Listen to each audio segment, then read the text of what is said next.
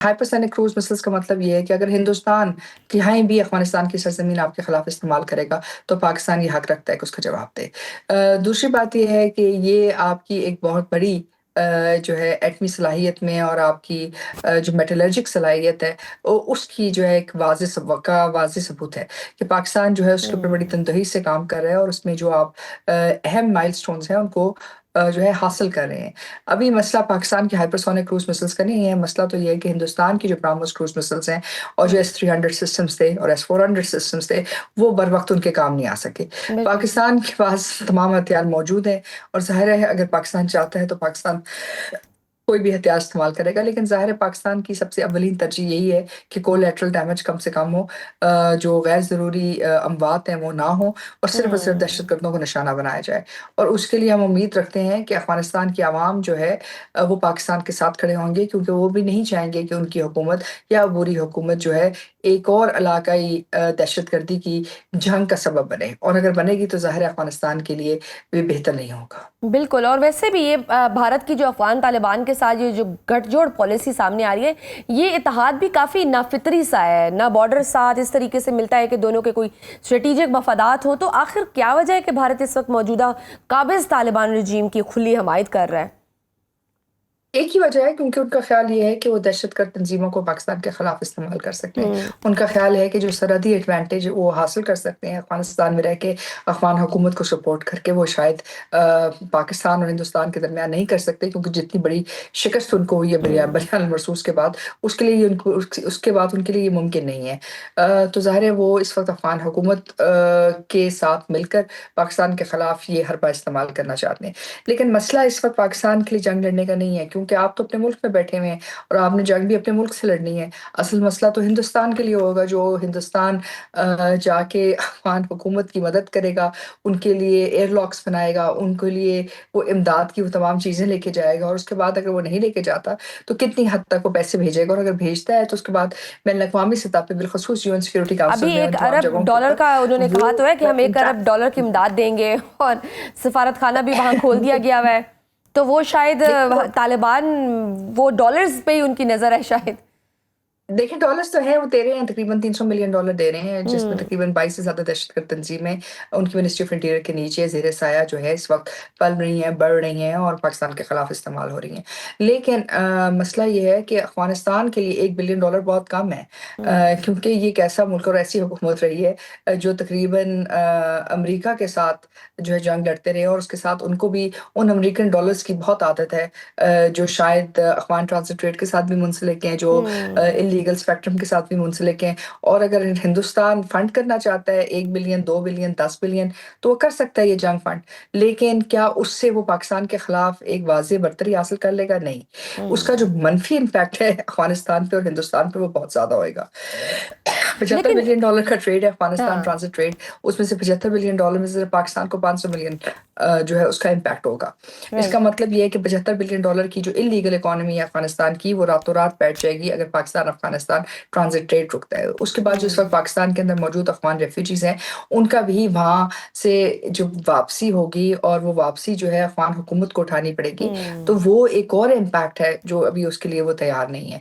और तीसरी बात ये है कि हम चाहते हैं कि जो अफ़गान महाजिरीन पाकिस्तान के अंदर है, अगर ये कहते हैं और ये अफ़गानिस्तान के साथ इतनी बड़ी गठजोड़ कर रहे हैं, तो हम वाघा बॉर्डर खोल देते हैं, अफ़गान महाजिरीन को हम हिंदुस्तान भेज देते हैं, हुँ। ताकि वो वहाँ सँभाल बैठकर ले राइट। जो हाँ, सपोर्ट कर रहे हैं, ऑब्वियसली हमने इतने वो अरसे उनको सँभाला है देखिए 40-50 साल, तो बिल्कुल सही। मैम ये बताएँ कि आप क्या देख रही हैं अभी, क्या इस भारत, पाकिस्तान और अफ़गानिस्तान के ट्रायंगल में कोई मुश्तरका हमले को होता हुआ दिखाई दे रहा है? क्योंकि अब एक मुज़ाकरात भी नाकाम हो गए हैं।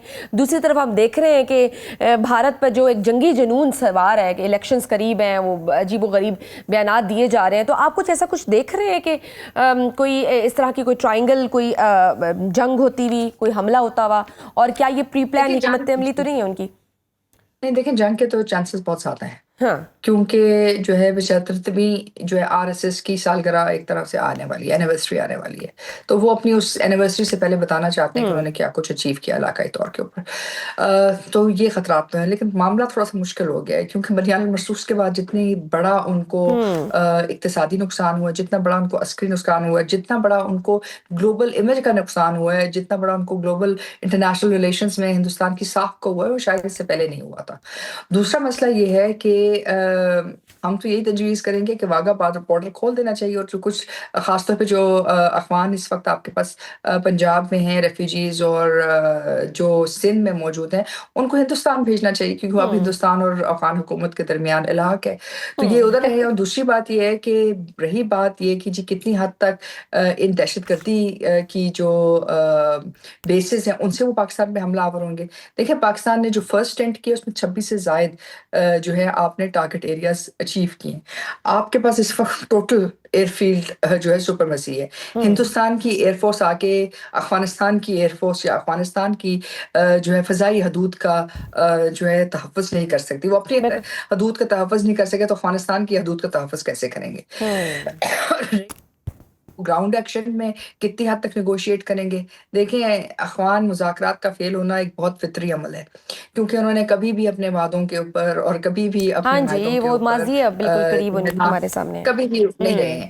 اصل مسئلہ یہ نہیں ہے کہ وہ پاکستان کے ساتھ یہ کریں، ہم تو چلیں اس وقت ایک بڑی کلیئر پوزیشن میں کھڑے ہیں، لیکن مسئلہ تو یہ ہندوستان کے ساتھ ہوگا، جو وہ وعدے کریں گے کہ جو $300 ملین دیں یا $1 بلین دیا اس کے بالکل، بدلے ہم ہمارا یہ تو بس چاہتے ایک ہیں، ہی اس کے بعد ایجنڈا ہے اور وہ یہ ہے کہ ہماری پھر سے 1% بھی اچیو ہوتا تو بالکل ایک امپیکٹ آئے گا نا، ملٹریلی بھی امپیکٹ آئے گا۔ اور دوسری بات یہ ہے کہ دنیا اس وقت اس چیز کے لیے تیار نہیں ہے کہ کوئی اور ملک کسی اور ملک میں جا کے وہاں سے ایک دہشت گردی کی بیس بنائے اور علاقائی طور پہ سمجھے کہ اس سے وہ چیزیں کنٹرول کرے۔ ایسی چیزیں کنٹرول نہیں ہوتی ہیں، اور بالکل نہ ٹھیک، ہی کسی کے پاس اتنی ہمت ہے کہ وہ اس قسم کی غیر ضروری جنگوں کے اندر اپنے جو ہے آپ کو ملوث مسلسل کرے۔ جو جنگ ہے وہ دہشت گردی کے ذریعے آپ کے اوپر روزانہ آپ کے خلاف لڑی جا رہی ہے۔